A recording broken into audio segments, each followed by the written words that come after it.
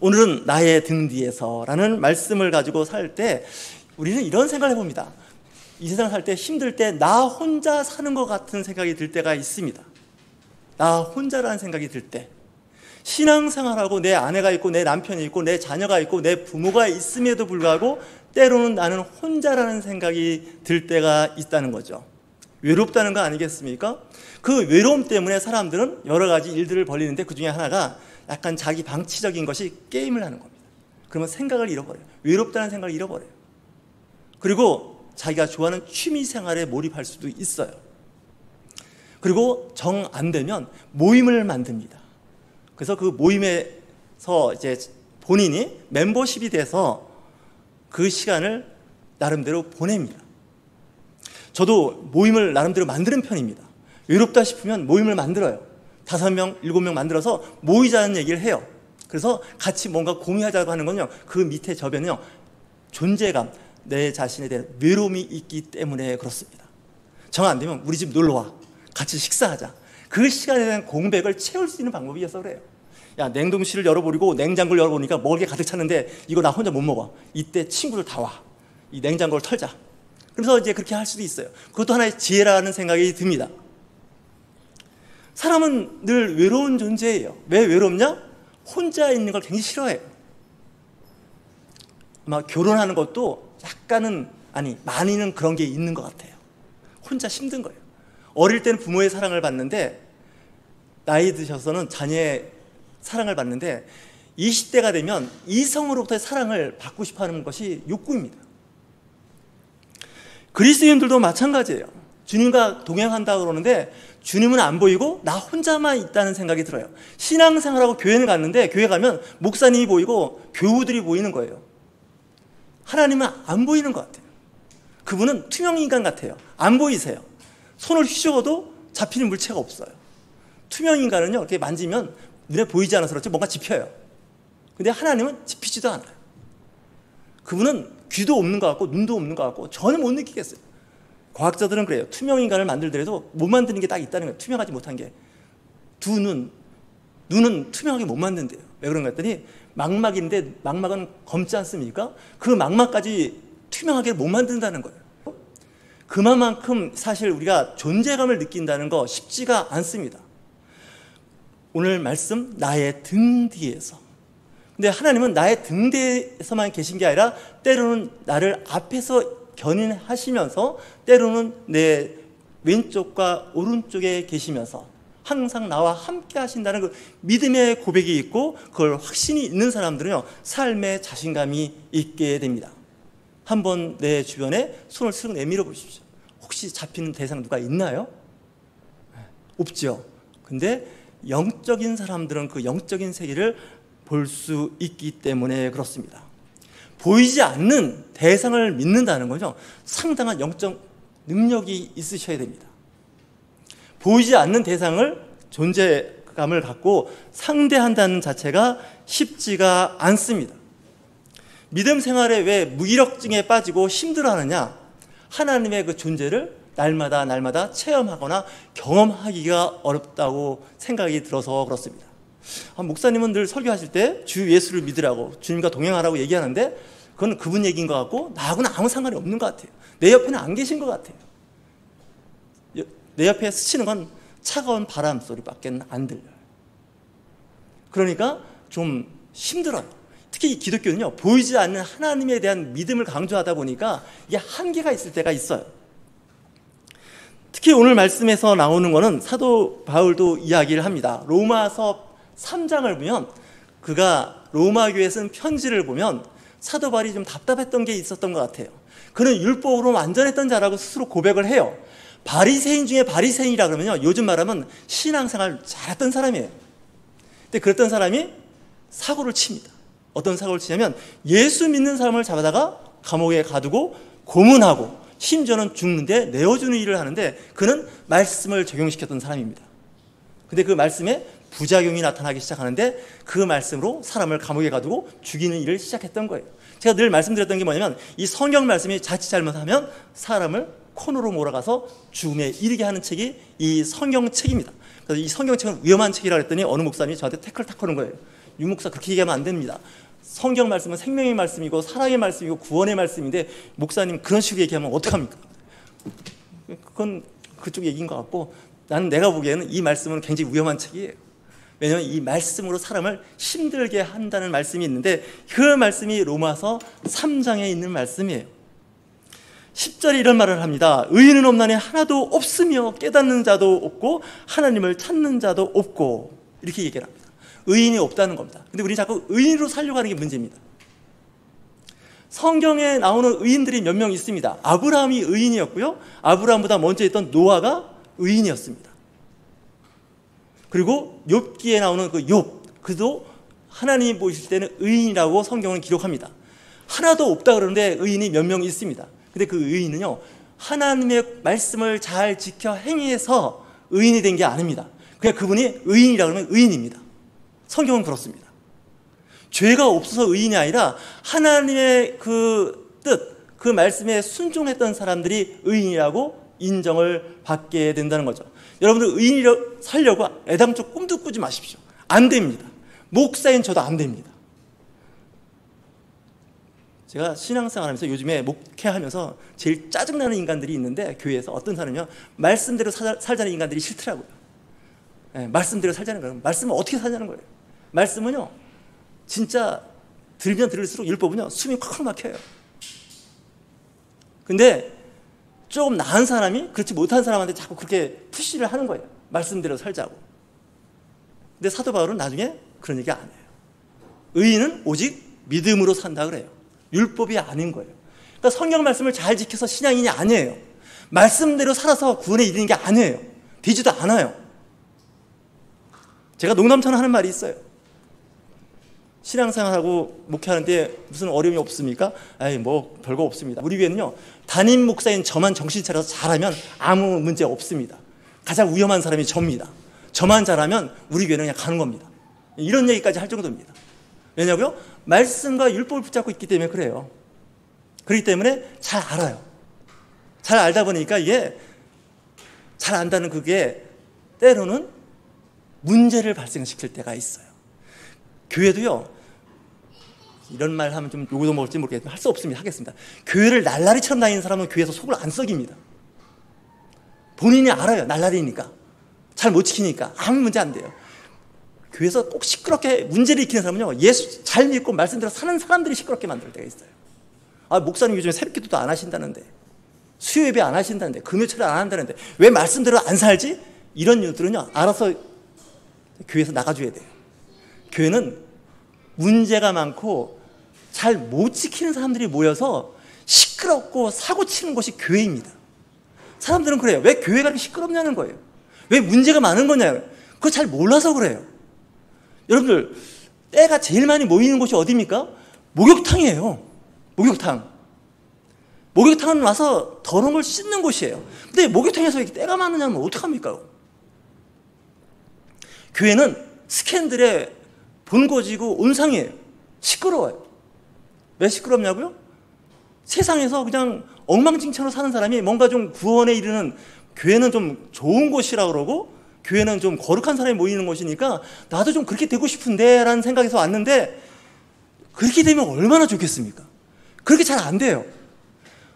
한 몇 달 다녀서 잘 성화되면 괜찮은데 10년, 20년을 다녀도 문제가 해결 안 돼요.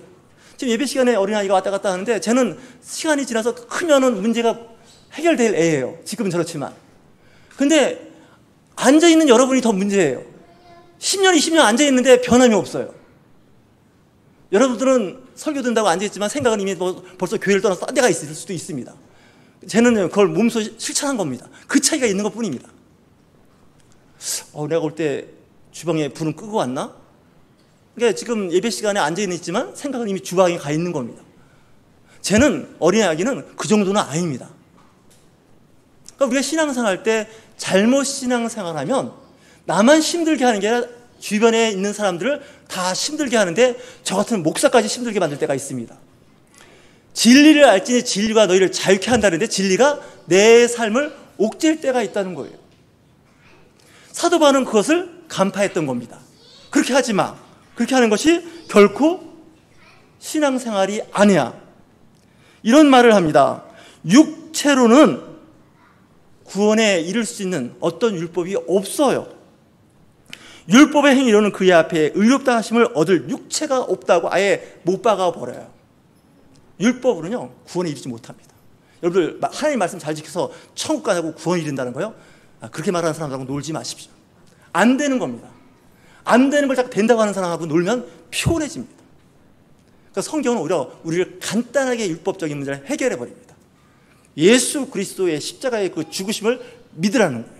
나의 죄를 감당하신, 그리고 그분의 말씀과 그분의 통로로 천국에 가는 티켓을 거머쥔다 그러면 이건 복음이고요, 정통교리입니다. 근데 거기다 자꾸 뭐도 해야 되고 뭐도 지켜야 되고 이렇게 붙기 시작하면 마치 배 밑에 따개비들이 달라붙어서 배가 항진할 때 속도를 떨어뜨리는 거하고 비슷해요. 여러분들 내 삶에, 내 신앙에 혹시 따개비가 얼마나 밑에 붙어 있는지 한번 보셔야 됩니다. 그러니까 배는요 2년에 한 번씩 육지로 끌어올려서 바다 밑에 잠겼던 부분에 그 여러 가지 굴껍데기, 따개비를 떼어내는 작업을 합니다. 그게 안 되면 배가 속도가 자꾸 떨어져요. 우리의 신앙, 우리의 믿음이 점차 그렇게 된다는 것이죠. 사도 바울이 이야기했던 그 정말 몸부림쳤던 그 이야기, 특별히 갈라디아 교회에다 얘기한 게 있지 않습니까? 제발 할례 하라는 얘기 하지 마. 이방인들한테 할례 강요하지 마. 이방인들은 태어나면서 죽는 날까지 할례를 안 해. 근데 왜 너네들 자꾸 예수 그리스도 복음을 전파하는데 할례를 해야 된다고 그래? 그 얘기는 뭐냐면요, 베드로한테 하는 말이 그거예요. 너 유대인으로서 유대인의 율법도 못 지키면서 왜 갈라디아 사람들한테 자꾸 유대인의 율법을 강요하는 거야? 이렇게 나온 거예요. 그러니까 베드로가 꼬리를 내릴 수밖에 없어요. 율법을 지키려고 몸부림치면 칠수록 새가 그물에 걸렸을 때 더 그 실타래 같은 데 엉키고 마는 것입니다. 가뜩이나 율법 말씀 잘 안 지키는데 설교를 이런 식으로 해버리면 교회가 엉망진창이 될 것 같은데요, 그렇지 않아요. 하나님의 교회는 하나님이 세워나가요. 저는 그래요. 교회를 어떻게 했으면 뭘 신경 써. 하나님의 교회라며 하나님이 알아서 하시겠지. 제가요 12년 목회하면서, 단독 목회하면서 배운 게 있어요. 교회 성장시키고 부흥시키려고 모진 예를 써봤어요. 정통교회에서 선배들이 하신 거예요. 대충 다 흉내 내봤어요. 근데 문제는 그렇게 하면 할수록 교회가 더 꼬이는 거예요. 말리는 거예요. 안 되는 거예요. 그래서 사도 바울의 서신을 보면서 제가 요즘에 생각한 게 많아요. 괜히 오버하다가 그나마 교회를 더 힘들게 할 수가 있구나라는 생각이 들었어요. 어제부터 가을 추석이 시작된 거나 마찬가지입니다. 추석 기간 동안에 여러분들 사람들을 만나게 될 겁니다. 가족이, 친척이 만날 겁니다. 그럴 때마다 제가 꼭 하는 얘기가 있습니다. 특별히 크리스찬들은 조심해야 됩니다. 제발 싸우지 마십시오. 안 믿는 친척들, 형제들, 믿음이 좀 연약하고 믿음이 없는 분들하고 자꾸 복잡한 논쟁에 휘말리지 마시라는 거예요. 하나님의 나라를 이루는데 도움이 안 됩니다. 제가 가능하면 교리적인 얘기를 잘 안 하는 겁니다. 그리고 저희 교회 요즘에 제가 변한 게 있다면 성경 공부하자는 얘기 잘 안 해요. 왜냐고요? 알면 알수록 답답해요. 말씀은 속이 시원한 게 아니라 지식을 많이 얻었는데 자유함이 없다는 거예요. 그건 뭐냐면 잘못 공부했다는 거예요. 말씀을 통해서 내가 자유함을 얻어야 되는데 말씀을 공부하고 지혜를 얻으면 얻을수록 내 신앙생활에 자꾸 태클이 걸리기 시작하는 거예요. 물론 그런 것도 좋아요. 뭐 그래야 되기도 해요, 사실은. 근데 그것이 잘못하면 내 신앙생활, 내 앞으로 나가는 것들에 장애가 될 수 있다는 거예요. 그리고 자꾸 정죄하기 시작해요.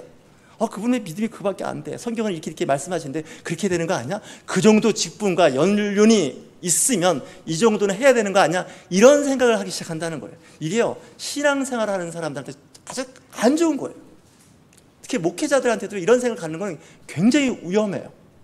하늘에 계신 저분도 가만히 계시는데 왜 내가 이런 생각을 할 필요가 있어요? 우리 한번 같이 소리내서 한번 같이 얘기해 볼까요? 위에 계신 분도 가만히 계신데 왜 내가? 따라서 한번 해보세요. 저 위에 계신 분도 가만히 있는데 내가 왜? 상관없어요. 진짜예요. 그분의 교회예요. 그분의 나라예요. 그분이 인도하셔요. 성령님이 하시는 거예요. 근데 우리가 가끔 잘한다고 잘하는 그것이 심각한 문제를 일으키는데 제가 그런 것 같습니다. 하나님은 이 모양 저 모양으로 우리 옆에서, 우리 뒤에서, 앞에서 견인하고 계시다는 그 믿음이에요. 제가 나름대로 잘 믿는다고 잘 생각한다고 하면서 주변 사람들을 좀 압박한 적이 있어요. 특히 직장 다닐 때 그런 일을 많이 해봤어요. 신회를 통해서 또한 독실한 그리스도인에서 했어요. 그래서 돌이켜보니까 잘한 것 같지는 않아요. 그 당시에는 그렇게 한다는 것이 잘한다고 생각했는데 돌이켜보니까 그게 잘한 게 아닌 것 같아요. 제가 늘 말씀드린 게 있습니다. 사랑과 용서, 기다림입니다. 그것이 안 되면요 힘들어진다는 걸 알았어요. 윽박 찔린다고 될 것 같아요? 안 됩니다. 알밤 케이크 하나 준다고 머리를 주워받는다고 될 것 같습니까? 안 됩니다. 들을 기 있는 사람은 듣는 거고요, 그렇지 못한 사람은 기다려주는 겁니다. 근데 시간을 두고 기다려도 안 된다. 그거 어떡하냐? 그걸 할 수 없습니다. 그건 하늘에 계신 분께서 하실 문제입니다. 내가 하나님의 일을 대신할 수는 없습니다. 오늘 말씀에 부작용이 날까봐 무섭긴 하지만 뭐 할 수 없습니다. 그 말씀을 오늘 하려고 했습니다. 다음 주에는 또 말을 싹 뒤집어서 딴 얘기 할 겁니다. 근데 중요한 건요, 사도 바울이 이야기한 거예요. 의인은 없나니 하나도 없다는 거예요. 그 얘기는 뭐냐면 아예 의인 얘기 꺼내지도 말라는 거예요. 내가 예수 믿고 의인이 됐다는 얘기 하지도 말라는 거예요. 좀 나아졌다는 거예요. 좀 전보다는. 앞으로 좀 나아질 것 같다고. 그러다가 다시 나빠지지만 않아도 다행이에요. 예수를 믿는 그 믿음으로 구원에 이르는 겁니다. 오늘 찬양을 좀 준비했습니다. 오늘 찬양을 준비했는데 일어나 걸어라예요. 여러분들 혹시 신앙생활하면서 강박증에 시달려서 주저앉으셨습니까? 무너졌습니까? 나는 안 돼. 나는 기독교하고는 안 돼. 친할 수가 없어. 그 말씀을 보면 나는 체질적으로 안 맞아. 살짝 간주해주세요. 괜찮아요. 살짝 간주해주세요. 안 돼. 이거 안 되는 거야. 그러니까 난 교회는 안 가. 교회 가면 내 죄만 자꾸 생각이 나서 불안하고 힘들어. 이렇게 되면요, 그거 지금 잘한 거 아니에요. 교회 갔더니 자유가 있고 평안이 있어. 나 죄인이야. 그럼에도 불구하고 그분이 나를 도와주신다는 겁니다. 혹시 내가 목회하면서 설교 중에 여러분들 윽박지르는 말이 있어도 저건 제정신에 하는 말이 아닌 것 같아, 저 목사가. 이렇게 하시면 돼요. 넘어가시면 돼요. 왜냐고요? 사실 가끔 오버하거든요. 목사가 가끔 오버하는데 오버할 때보다 사고가 나더라고요. 그냥 못 지키는 거냐? 못 지키는 데 하세요. 제가 늘 하는 말이 있습니다. 학생들이 시험 볼 때 어렵고 못 푸는 문제는요, 내려두세요. 쉬운 문제 푸는 거예요. 그래서 나중에 시간이 나오면 어려운 문제 풀다가 안 되면 내는 거예요. 못 풀어도 낙제하지는 않아요. 처음부터 어려운 문제 풀겠다고 붙잡고 골머리에 앓고 시간 다 보내면요, 우리는 그런 사람 보고 바보라 그래요. 우리 믿음 생활도 그래요. 말씀을 보면 지킬 만한 거 쉬운 것들이 있어요. 내 선에서 할 수 있는 거. 그런 것만 자연스럽게 하면서 하면 나중에 하나님이 주신 성령의 지혜가 있고 맷집이 생기면 그 다음의 문제도 풀어가요. 난 제일 나쁜 사람이 그런 사람 같아요. 성경을 영어 성경 가르치겠다고 헬라와 히브리어 가르치다 보면 하나씩 줘받고 싶어요. 우리말 성경도 잘 이해가 안 되는데 무슨 원문에 충실해. 아니 무슨 원문에 원문. 제가 보기엔요, 성경요 몇 개 구절만 잘 붙잡고 평생 신앙생활하고 해도요 괜찮아요. 예수 믿고요 착하게 바르게 살면 더 이상 할 말 없어요. 어느 분이 한 말 있잖아요. 이 생 살면서 어떻게 살아야 할지는 유치원 때 다 배웠다는 거예요. 그렇지 않습니까? 유치원 때 배꼽 인사하는 거 가르쳐주고 바르게 사는 거, 질서 지키는 거 다 배워요. 그것만 평생 잘 지켜도 문제 없어요. 박사까지 한 인간들이 문제예요, 사실은. 제가 오죽하면 그러잖아요. 학교에 오래 머물지 말라. 졸업하면 빨리 나가서 사회에서 활동하라. 그러면서 그래요. 지는 공부 다 해놓고서 전소리 한다고. 다 해보니까 결론이 그거예요. 우린 너무 많이 알아요. 너무 많이 알아요. 그러다 보니까 적용은 잘 시켜요. 근데 결국 자기도 그렇게 안 되는 거예요. 한번 찬양 같이 하시겠습니다. 나의 등 뒤에서.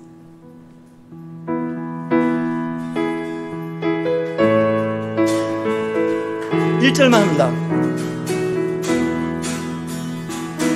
나의 등 뒤에서 나를 도우시는 주, 나의 인생길에서 지치고 고나여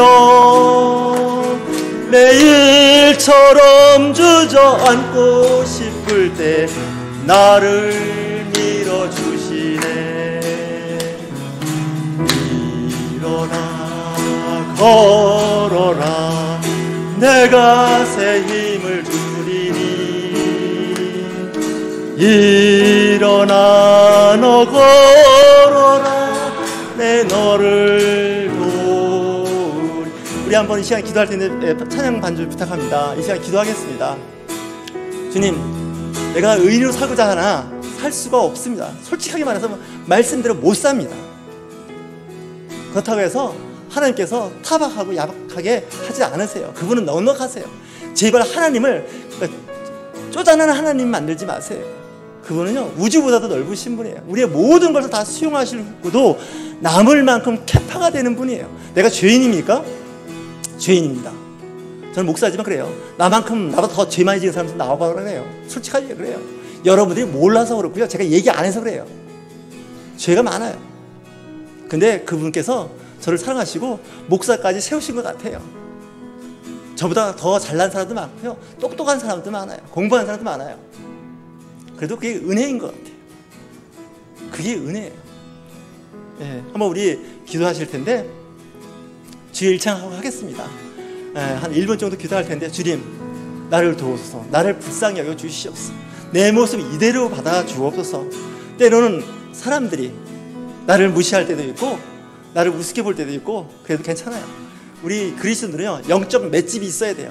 옆에 사람들 찔러야 돼요. 발로 차도요, 견뎌낼 수 있어야 돼요. 직분이 중요하지는 않은 것 같아요. 오히려 직분은 높은데 작은 말에 시험 들고 실망하더라고요. 근데 어떤 분들은 그걸 잘 견디더라고요. 신앙생활은요, 맷집 좋은 사람이 이기는 거예요. 그걸 잘 견뎌내는 사람이. 망신당해서 괜찮아요. 살다가 망신당할 수도 있어요. 부끄럼당할 수도 있어요. 시험도 떨어져요. 저는요, 평생에 시험이 29번 떨어져 봤어요.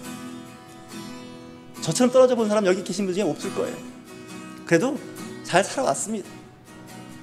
한번 우리 기도하실 텐데 1분 동안, 주님, 나를 불쌍히 여기시옵소서, 내가 이 자리에 있습니다, 내 모든 것을 그대로 품어주시옵소서 하고 기도하겠습니다.